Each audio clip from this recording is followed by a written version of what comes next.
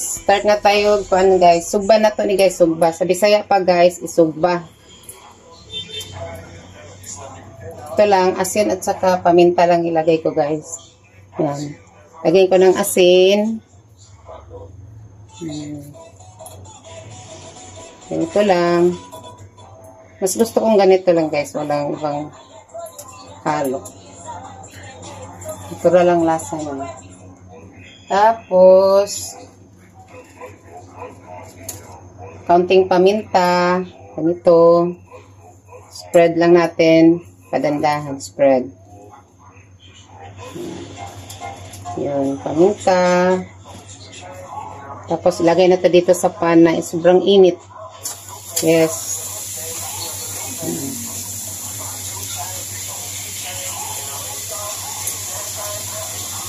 Ito lang. Asin lang to, asin.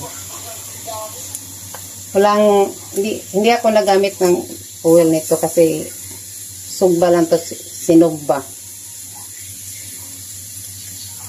Sa mga Bisaya, sinugba ang tawag nito.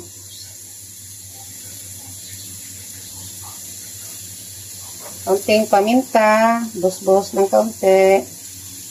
Kaunting paminta, ay sure. Madamihan. Yan.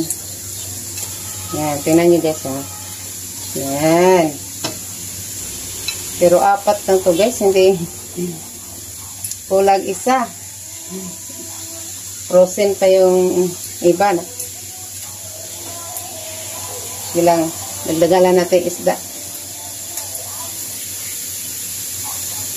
Tapos paminta ulit. Yan.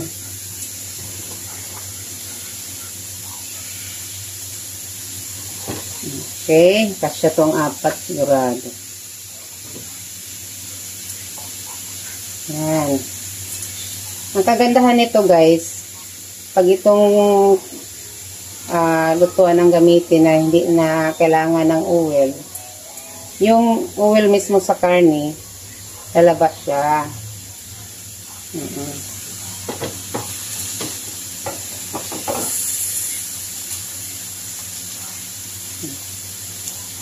Apat lang to. Budget. Budget. Apat lang muna. Tapos pagdagalan natin isda. Pang kwanto guys, pang tanghalian namin sa buong pamilya. Yan.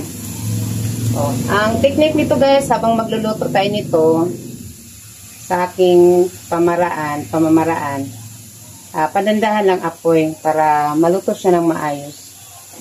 So, hinaan natin apoy. Yun. As you can see, padandahan ang luto niya. Karne muna tayo ngayon guys. Yun ang request ni Kyrie. Paluto siya ng pork chop. Pero hindi hindi naka-prito, kundi lang. Sinugba.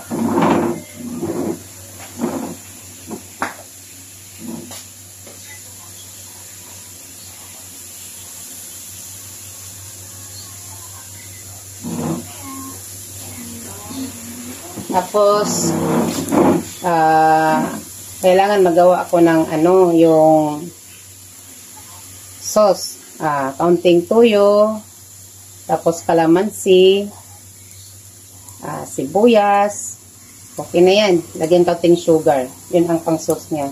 Pag maluto na to, pag magkain na kami. Okay guys, yan lang ang ko luto ngayong pangtanghalian. Budget lang yan na luto. Apat lang. Pero dagdagan ko yan mamaya ng isda. Pag maluto na to. Okay. Tingnan nyo guys, nagka-brown na siya guys. Malapit na to maluto. Walang oil to guys ha. Sinugba lang to na pagkaluto or sa Tagalog pa, inihaw na baboy. Sa Bisaya or Cebuano, sinugba. Sinugbang baboy. Dok. Lapit na to maluto.